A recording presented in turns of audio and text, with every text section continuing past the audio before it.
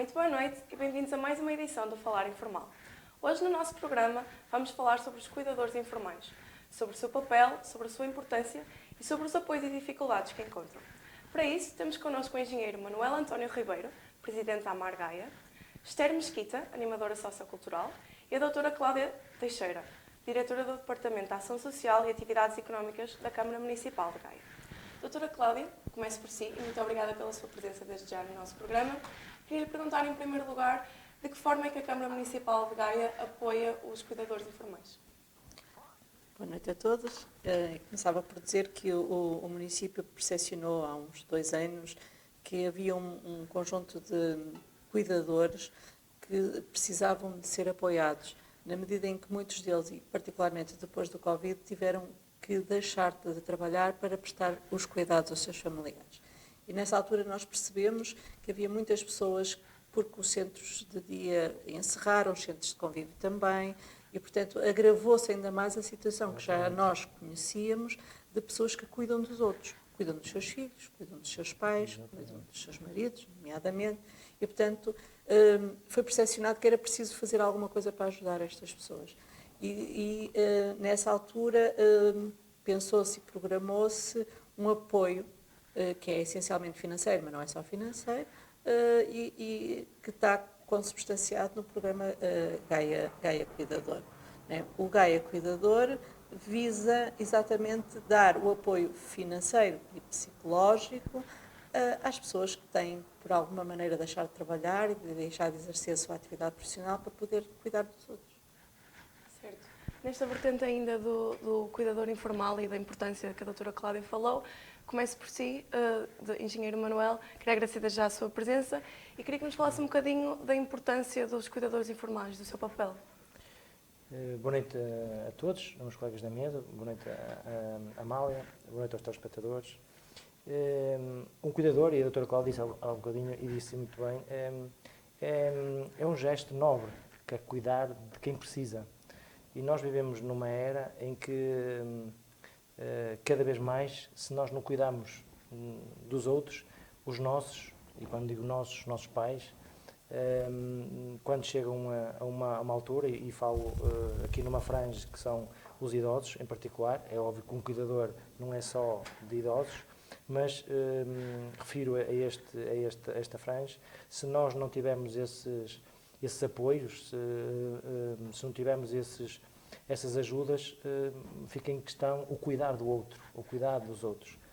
E porque nós, quando alguém precisa que alguém cuide dele, é porque tem uma situação débil, tem uma situação muitas vezes extrema, ou por condições físicas debilitadas, ou por questões de saúde, ou a idade, ou a questão da idade. E o cuidador é uma figura fundamental, crucial no apoio a essas pessoas que têm estas dificuldades. É óbvio que não chega só a ter a vontade de cuidar, mas todas as pessoas, o cuidador pode ter capacidades físicas, mas também se não tiver capacidades financeiras, como disse a doutora Cláudia, quer dizer, se não há um apoio financeiro, essas pessoas, por muito mais diria, muito mais bondade que tenham de cuidar do outro, se não tiverem capacidades, torna-se muito mais difícil. Por isso, o apoio aos cuidadores é fundamental na nossa sociedade. Falando um bocadinho agora também do apoio, temos algumas áreas que apoiam os cuidadores informais e que ajudam na dinamização. Esther, que é animadora sociocultural, pergunto-lhe de que forma é que o animador sociocultural intervém no público-alvo, nos utentes dos cuidadores informais. Ok, a nossa ajuda é mais diretamente para a pessoa cuidada, não diretamente no cuidador informal, mas também sim, por vezes só a nossa presença, estar ali, é quase uma motivação, quase um apoio, é um apoio no fundo, porque não se sente sozinho, há ali um momento em que o cuidador não se sente tão sozinho, não é? E também há momento em que o cuidador informal também tem com quem falar, não está só ele e o cuidado, não é? Familiar ou não. E depois também há a nossa intervenção no desenvolvimento, não é? do utente, no meu caso trabalho numa instituição, não é? A intervenção na estimulação, porque normalmente os cuidadores não têm esta habilidade da estimulação física, motora, psicológica, então nós ajudamos muito nessa área, damos as nossas dicas, pronto. Somos mais um apoio que eles têm. Um apoio bastante necessário. Doutora Cláudia, regresso assim e pergunto-lhe quais são as condições necessárias para que os cidadãos consigam ser beneficiários do Estatuto? Portanto, voltando um bocadinho atrás, a explicar que o Estatuto do Cuidador Informal é um estatuto que já existe, aprovado pela Segurança Social e que foi implementado só em poucos conselhos piloto no país. E como eu há bocadinho referi, com a Covid nós percebemos que precisávamos também de ter em Gaia, porque Gaia é o terceiro maior conselho do país, temos 300 mil habitantes, recebemos centenas de pedidos de ajuda e percebemos que a Segurança Social ainda não tinha para o Conselho de Gaia o programa. Percebemos que as pessoas precisavam dessa ajuda e, portanto, decidimos como que implementar aquilo que é o programa da Segurança Social ao município de Gaia. Portanto, basicamente, nós aquilo que exigimos é aquilo que a Segurança Social também exige para o programa, que são os complementos de dependência, comprovativos todos das despesas, rendimentos. As pessoas têm que morar em Gaia, e quer o cuidador, quer o cuidado, não é? Portanto, têm que ser residentes de Gaia. E depois têm necessariamente que ter estes requisitos todos, porque compreenderão que, sendo os recursos escassos, poucos, não é? Nós temos que geri-los muito bem. Portanto, é óbvio que se as pessoas têm muito dinheiro, não precisarão de apoio, certo, não é? Certo. Sendo escassos, nós temos que ajudar quem mais precisa. E nessa matéria, nós optámos efetivamente por também assentar aqui em contas, perceber quais são os rendimentos que as pessoas têm, mas dizer também que o nosso programa é um bocadinho mais generoso que o da Segurança Social. Portanto, há uma franja da população que não é abrangida pela da Segurança Social, mas que nós conseguimos abranger. Alcançar. Isto significa que nós temos apoio de 220 euros de 3 em 3 meses para os cuidadores principais e 120 para os não principais. O que é que isto significa? É uma pessoa que não trabalha, que se dedica em exclusivo e que já tem os apoios da Segurança Social, não é? Portanto, estas pessoas também já têm uma proteção do Estado. Nós não estamos propriamente a dizer que o Estado não os protege. O que o município fez foi acrescentar. É um complemento aos apoios que já têm, porque eles já têm os subsídios de dependência, já têm outros apoios, mas ainda assim é sempre pouco. Nós sabemos que as pessoas gastam imenso a cuidar dos outros. Um creme é um creme para as feridas, as fraldas, os produtos, todos os cuidados das pessoas que estão acamadas são muito caros. Portanto, isto é um contributo que acrescenta ao que o Estado já dá. Portanto, nós acreditamos que o Estado Social faz bem a sua parte, os municípios podem acrescentar e acrescentam. Portanto, basicamente, nós temos sempre são aqueles... não é nada complicado. As pessoas podem dirigir-se à sua junta de freguesia, fazem-se acompanhar pelos documentos normais, declaração de RSI, se for o caso, todos os comprovativos das suas despesas, dos seus rendimentos. Normalmente, também o IRS do último ano. São as coisas que já estão habituadas quando vêm à Câmara, quando vêm pedir apoios. Portanto, não é nada de complicado. Normalmente há também uma visita, nós gostamos de perceber efetivamente, porque ao ir à casa da pessoa, perceber em que estado é que está a pessoa cuidada e em que estado é que está a pessoa cuidadora, e feita as duas coisas, ou seja, a análise dos documentos juntos e a análise que é feita no local para os técnicos, depois é feita uma proposta à reunião de Câmara e é a Câmara que delibera a aprovação do apoio, num valor mais elevado ou menos elevado, consoante a pessoa tenha uma ocupação ou de todo tenha ocupação nenhuma e tenha que dedicar todo o seu tempo a cuidar de outra pessoa. Acrescentar que, de facto, grande parte são cuidadores de pessoas idosas, mas nós também temos bastante pessoas que cuidam dos filhos menores com deficiências muito graves. Portanto, também não podemos esquecermos deles, que há muitas mães que deixaram de trabalhar para cuidar dos seus filhos com doenças muito, muito, muito graves. Mas pronto, assim, o programa é relativamente simples e é amplamente mais generoso do que a Segurança Social. Sim, porque os limites que coloca permite-nos ajudar mais as pessoas. Ainda assim, nós temos sempre a percepção que é pouco, mas acrescentar ao que o Estado Social dá é o objetivo do município. É uma ajuda, é uma ajuda. Sim. Obrigada, doutora Cláudia, por nos falar sobre este programa e por nos falar também do impacto dos cuidadores informais têm na vida dos utentes. Esse impacto é claro e dirijo-me agora ao engenheiro Manuel para nos falar um bocadinho sobre o impacto que os cuidadores informais têm na vida dos utentes, nomeadamente na vida dos idosos. É óbvio que nós, quando chegarmos à nossa última fase da vida, e depois de um percurso enorme que nós percorremos e passamos por tanta coisa, nascemos, fazemos o nosso trajeto escolar, aprendemos, fazemos o nosso trajeto profissional e até o nosso projeto de vida, e depois o que todos nós desejamos logo quando passamos a ter a consciência é que tenhamos longevidade. Mas essa longevidade só é possível se eventualmente houver quem cuide de nós.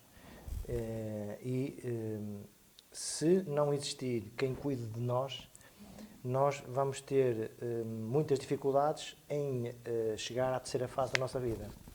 A terceira fase deve ser encarada exatamente igual à nossa primeira fase. Eu acho que o Estado fez um grande trabalho, na minha opinião, relativamente ao dito pré-escolar. Hoje o país está dotado de uma rede pré-escolar que podemos até orgulhar-nos dela. Gaia é uma delas, por exemplo. Mas acho que está na hora de agora investir na terceira idade, porque de facto hoje os filhos com a questão profissional e os filhos têm os netos para cuidar, é extremamente difícil deixarem de trabalhar para poderem dar apoio aos pais. A resposta que temos em termos de lares é extremamente débil. Ora, há este apoio, que é um grande apoio, que é esta figura do cuidador, que tem que ter, é óbvio que isto são primeiros passos, é óbvio, mas que esta profissão tem que ser uma profissão, e tem que ser uma profissão bem paga, uma profissão justamente, digamos, referenciada. Porquê? Porque trata-se de nós terminarmos a nossa vida o mais longe possível, com a maior dignidade possível. E para isso nós temos que ter alguém que cuide de nós. E se não existir o cuidador, e o cuidador aqui pode ser um filho, pode ser uma pessoa de fora da família, pode ser alguém que queira fazer vida profissional, e que não há mal nenhum a pessoa ter a vida profissional, é cuidar de outro, não há problema nenhum. Mas com os seus direitos garantidos, porque de facto aquela pessoa tem direito, e nós temos direito, porque é impensável para nós hoje, com a nossa feliz idade e com as nossas faculdades todas, é impensável nós não podemos fazer, por exemplo, coisas tão simples como, por exemplo, ir à casa de banho. Mas vai chegar uma altura em que nós não vamos conseguir fazer isso, vamos precisar de ajuda, que alguém faça isso. Se não existir quem cuide de nós, quem faça esse gesto, que é um gesto tão eu diria, até pode ser tão banal para nós, porque nós fazemos isso tão fácil, passa a expressão, mas vai chegar uma altura que não é tão fácil como isso. Como, por exemplo, comer. Nós alimentamos, para nós, dependendo às vezes até da nossa vida profissional, não alimentamos assim com aquela realidade. A doutora Cláudia, há um bocadinho, também acabou por nos concretizar isso, mas são gestos básicos, mas que vamos chegar a uma altura que as faculdades não vão permitir. E vamos precisar de alguém que nos pegue na nossa mão e que leve a comida à boca, ou então nos dê comida à boca. E isso não deve ser condicionante para nós. Deve ser normal, uma coisa normal. Ou seja, eu não tenho capacidade motora para chegar a comida à boca, mas se eu tiver alguém que me chegue a comida à boca e eu ter as minhas capacidades normais e facultativas, porque não? Devo ter direito? Tenho direito porque fiz o meu percurso. Por isso eu acho que este papel de cuidador é um papel nobre, é uma profissão com uma hombridade notável. De facto, é cuidar de quem já cuidou de nós uma vez e que sem eles também não éramos nada. Exatamente. Engenheiro Manuel, obrigada Por último, quero só perguntar à Esther se considera o impacto dos animadores socioculturais na vida e no dia-a-dia dos utentes, se tem revelado, além de positivo e inovador, o que é que acrescenta à vida dos utentes?